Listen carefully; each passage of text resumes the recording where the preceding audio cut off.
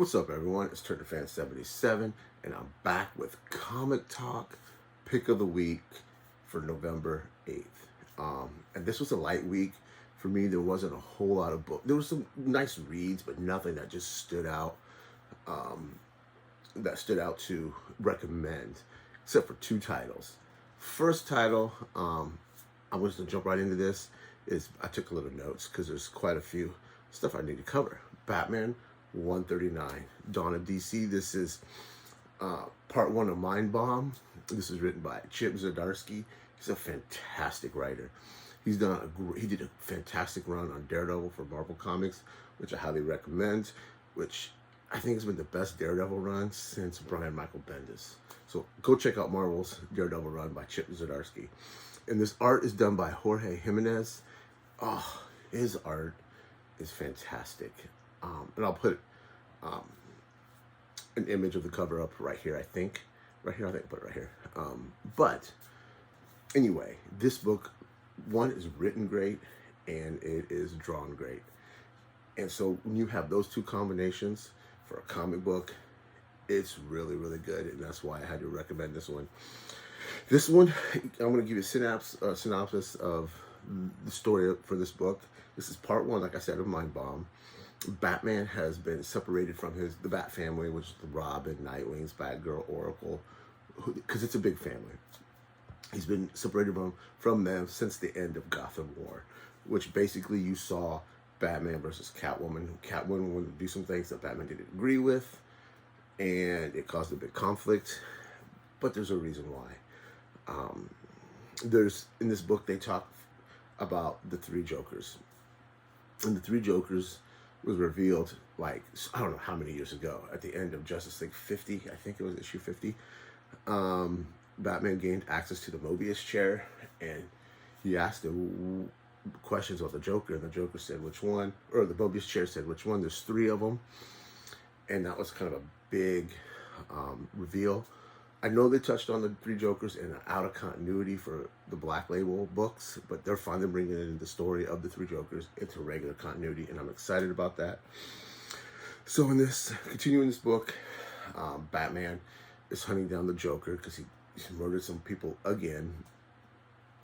But in the process of finding the Joker and fighting him, he unleashes something called, I wrote this down, Zur-En-Arrh. He is like a failsafe that Batman put in his mind. So, like, if something happened, he would take over. But it was a bad idea. Batman has a lot of bad ideas.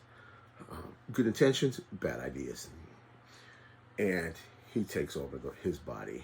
And it ends on a cliffhanger. I don't want to spoil that.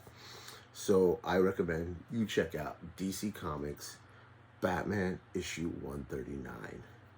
And again, this is a short week. I've only got one more recommendation, and that is by Image Comics under the Skybound label, or under the label Skybound, which is Robert Kirkman's imprint. He's the guy that did Walking Dead. Everybody knows The Walking Dead, so there's not much you need to say about that.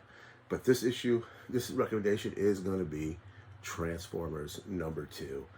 And wow, I'm excited for this because I love the first issue. There wasn't nothing major happened in the first issue, but it was nice to see a stripped down, back to basics Transformers story. I didn't really care for the, I want to say it was Devil's Due. I don't forget whoever did the last run, what company did it. Wasn't a fan.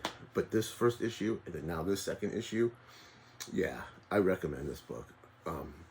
This one is done, written and drawn by Daniel Warren Johnson. He does double duty, and he's doing a really good job. At least 2 issues in, he's doing a good job. The one thing that stands out for me that I've never noticed before in Transformer Comics is the Decepticons.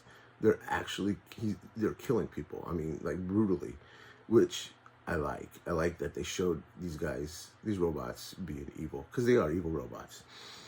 And another thing about this new version of the Transformers, Skybound also got the rights and properties, whatever you want to call it, for the G.I. Joe comics.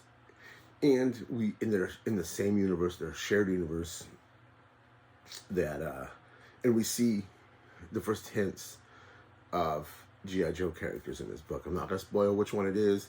It's done very well. It doesn't seem forced. It seems natural because what's happening in the books, you would think why they would be there. So yeah, the art is good. The writing's good. This is a solid book. Go check out Transformers #2 by Image Comics and Skybound Comics. Now, there was a couple other books that I almost going to put on here. And that one was Punisher #1. It's not Frank Castle. They ruined the Frank Castle character. I don't know why. But this one is, I don't remember the guy's name, but it was a quick read. It was a decent read. This guy, same origin story as Frank Castle basically, but he was a bad guy to begin with. He wasn't the type of guy Frank Castle was. He's the opposite of what Frank Castle was. He was just a straight up bad dude. And I if you have the extra cash to go pick up Punisher #1, then pick it up. It's a new #1, and if you're a fan of the Punisher, you might like it.